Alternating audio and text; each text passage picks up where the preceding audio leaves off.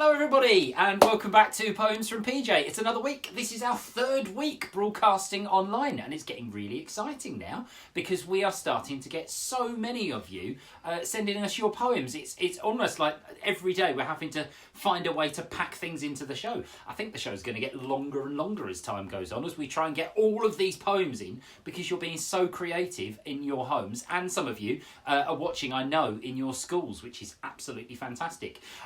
Now, we are going to be doing something a little bit different today because we're going to spend the first half of the show looking at my favourite writer from when I was a child.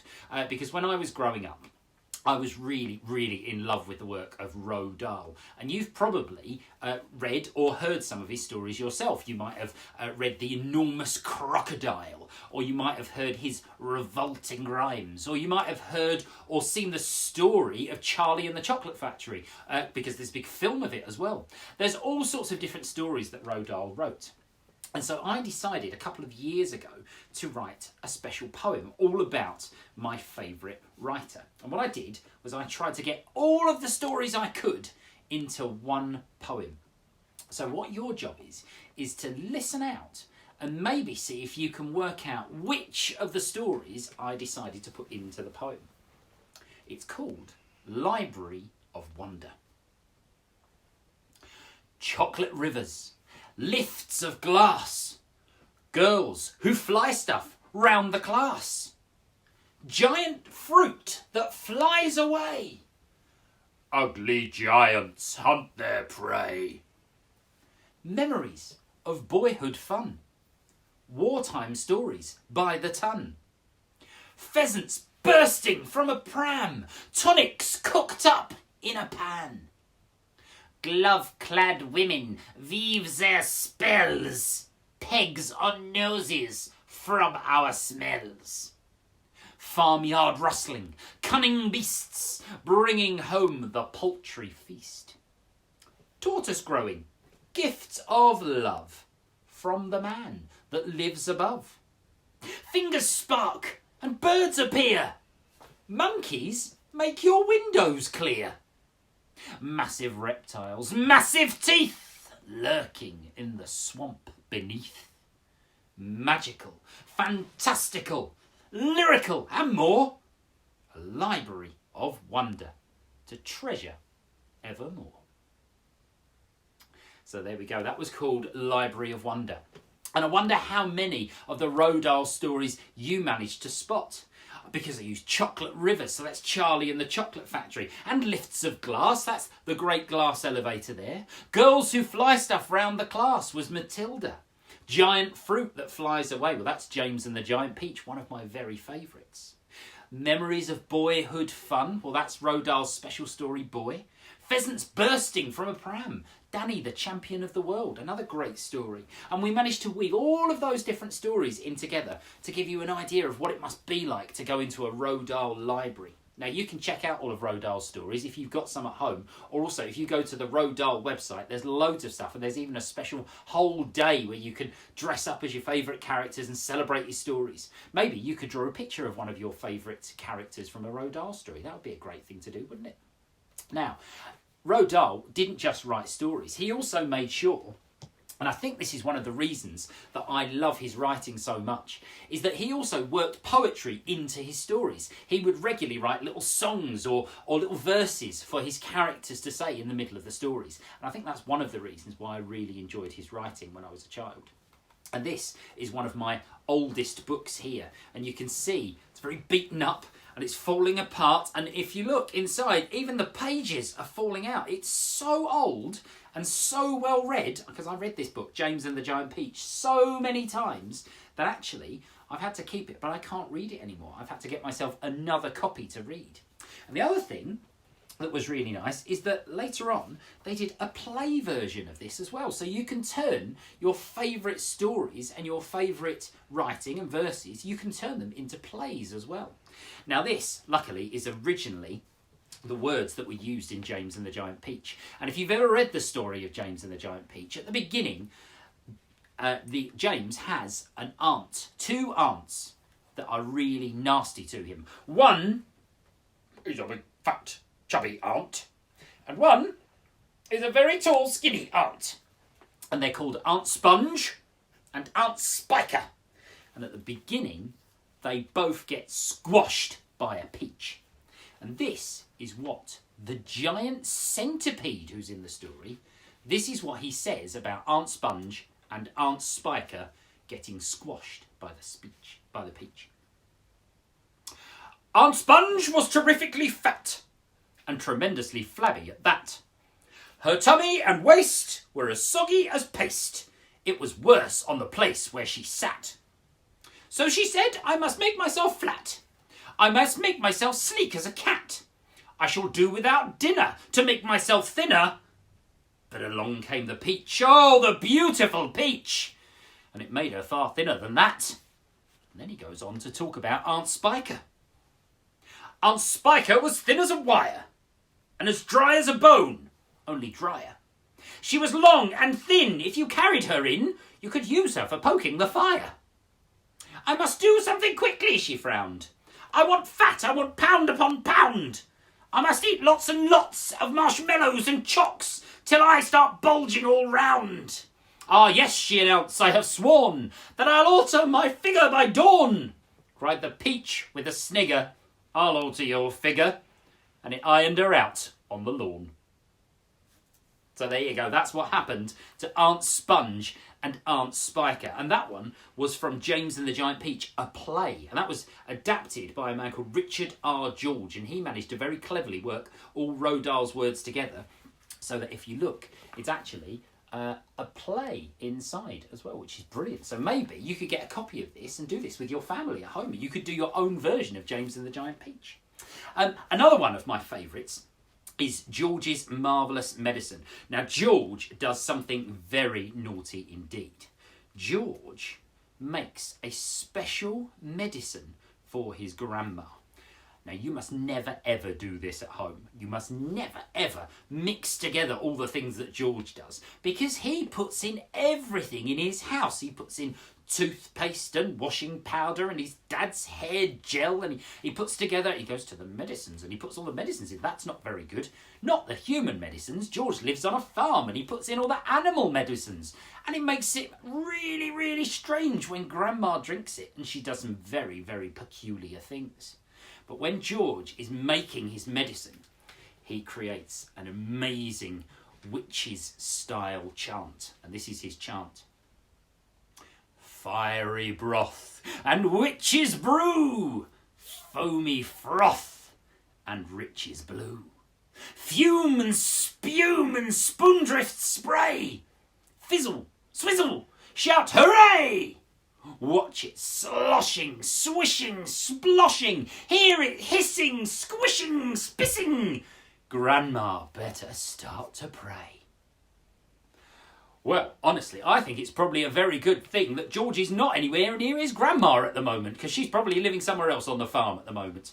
But in the book, if you've ever read George's Marvellous Medicine, oh, it's a fantastical story, and some very magical things start happening to Grandma and all the animals on George's farm. I'll leave it with you, and maybe you can go and check that story out as well.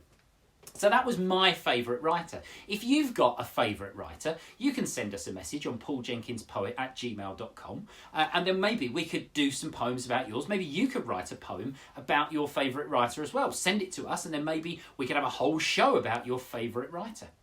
But in the meantime, we're going to get on to your poems that you sent us. And we've had absolutely loads of them, to the point now where I'm having to say to people, we can't fit it in the show today, but maybe we can have it in tomorrow or Wednesday or Thursday.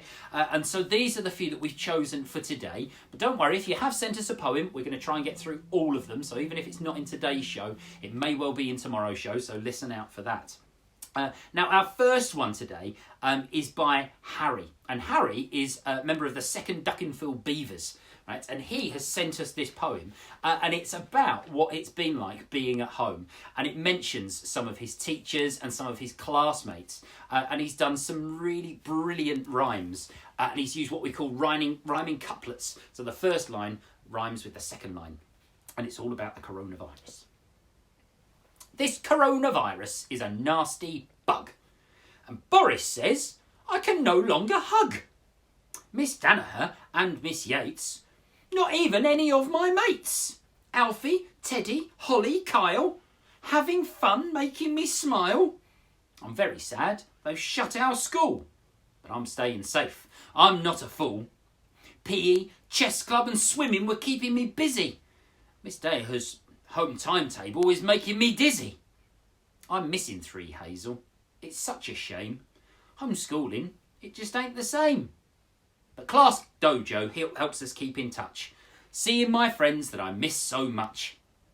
Thank you, Miss Stubbs, for reading us stories, wonderful books in all of their glories. I'm working out daily with Joe Wicks, but missing my classroom tricks. Monopoly's helping me pass the time, and writing poems I'm tending to rhyme. See you all soon, I'm looking ahead. I've brushed my teeth and I'm going to bed, dreaming of when Corona has passed. Back to normality and school at last. So there you go. Well, Harry, you're the first person, I think, ever that said they're looking forward to going back to school. I remember always thinking, oh, I wish I didn't have to go to school. And now we're probably thinking, oh, wow, I can't wait to go back to school because I'll see all my friends and my teachers and everything else. And that was an absolutely fantastic poem. So thank you. Well done. Right, and we've got another one here, another one about the coronavirus, and because it's the thing everyone's talking about at the moment, isn't it? And so lots of children are saying, you know what, this is what I think about it. Okay, and Amelia, you've done an absolutely beautiful, I'm going to hold this up because I've got a picture of your poem that you posted on one of the websites recently. Okay, and you posted this on the Family Lockdown website, which is absolutely brilliant. And so I've got a copy of it here, the photograph of your poem, and you've decorated it with rainbows, which is lovely as well, because I know lots of people are putting rainbows in their windows so that the postman can see things as they're going around. It will cheer them up. Well, this one, called Coronavirus 2020, it's by Amelia. It was early 2020 when coronavirus arrived. Everyone went crazy, thinking they wouldn't survive. All the shops were closed, schools and cinemas too. Mummy started homeschooling, then these rules came true. We had to stay at home, away from family and friends. But that's okay, because it saves lives in the end. Mummy said to just have fun, everything will be okay. Doctors and nurses work day and night, saving lives all day. So let's all be happy, enjoy your life today. And when all this is over, we can go out and laugh and play. So there you go, Amelia. That was absolutely brilliant and really, really colourful as well. I'm going to print that one out and I'm going to put that up here on our special wall because it's a nice colourful picture you've done with it as well. And we've got, if you've got a picture that you've done of a poem or anything else like that, we're going to try and keep that up in our gallery, up in the background of what we're doing here. Now, talking of pictures, this leads us on to our next poem, and this is one that Joe has done. And I'm just going to find Joe's poem here. Now, Joe, I'm going to show you the picture that Joe used in a minute. Joe has been writing a poem with his mum, Lucy. And what they did was, instead of thinking of the poem first and then drawing the picture, Joe found a picture, looked at it and thought, I wonder if I could write a poem about that picture. And so I'm going to read his poem first. It's a short poem, but it's a really good one.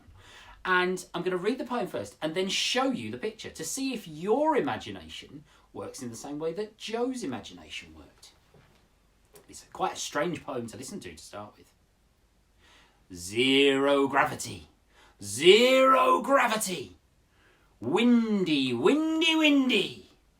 Chairs floating, brown trousers, trim noise, different walls. The Kennedy Space Center. And a grass green hat. And I thought when I first read that, well, that doesn't make any sense. All of those words together, it sounds all jumbled, like all sorts of things are going on at once. And then I saw the picture that Lucy and Joe had looked at when they were doing it. So as you can see, the picture that they found has a man standing with grass in a green hat and things are flying like they would be in space. There's chairs, it looks like it's windy. There's all sorts of stuff going on. So actually, Joe's poem is a really, really good description of what he found in this very strange picture. maybe that's something you could do. If you find a picture at home, you can have a look at that picture and go, wow, what does it make me think of? And I bet you that if you write a poem and somebody else in your house writes a poem about the same picture, I bet you get 2 different poems, because everyone's imagination works completely differently. Well done, Joe, and thank you for doing that, because that means that we've got another way that we can write new poems. Maybe that's something you could try at home as well. Okay, now we'll put that one up on our wall as well, Joe. Your poem will be up there too. And then last off today, as you can see, we're getting absolutely jam-packed up the stairs now. We can barely find a way through. And yesterday was a very confusing day for everybody, because yesterday they changed the clocks. And my goodness, it was a very confusing day, because I woke up and I thought, is it early? Is it late? And then it was a Sunday, but of course nobody's going to work anymore, so I couldn't work out if it was Monday or Tuesday or Wednesday. The whole of time is completely changing. And so I thought, I'm going to write a poem about that. But then I thought, well, what else am I doing during my days? Something that I know a lot of you are doing as well. They launched a new TV channel the other day, and this new TV channel has a lot of this little fella on it. All right, and that the new channel is Disney Plus, and I know lots of you have been writing in and saying about how you've been watching things like The Mandalorian, which is the new Star Wars thing, or maybe you've been watching some of the Mickey Mouse cartoons, the old Disney cartoons. Some of you are really into The Simpsons and you love that, or maybe the Star Wars films. So there's all sorts of things on the Disney Channel, and so this is Mickey Mouse, of course. He's like the head Disney character. So I thought, well, what if I write a poem that's all about the Disney Channel, but also all about our day yesterday, which was so confusing when I woke up. And it's just called Panic. Oh no! The clocks went forward! I got an hour less! Now I'm on the minutes! Wash and shower, brush and dress. Down the stairs, scoff some toast. The time, it came so soon to turn on Disney Plus and watch TV in our front room. Because that's all we could do yesterday. I didn't have anywhere to go. The only place I had to go was downstairs, and so we watched some Disney Plus, didn't we, Mickey? Yes, we did. There you go. So you can write poems about absolutely anything, and that kind of filled my day and made me chuckle yesterday. If there's something that's making you laugh, please do get in contact with us. Send your poems to pauljenkinspoet@gmail.com, and then we will feature them on Poems with PJ. Thank you so much for watching, everybody. We'll be back again at 4 o'clock tomorrow. Please remember to tag your friends in, tag anybody else in that you would like to, so that they can get their poems to us as well. And we will see you soon. Bye-bye.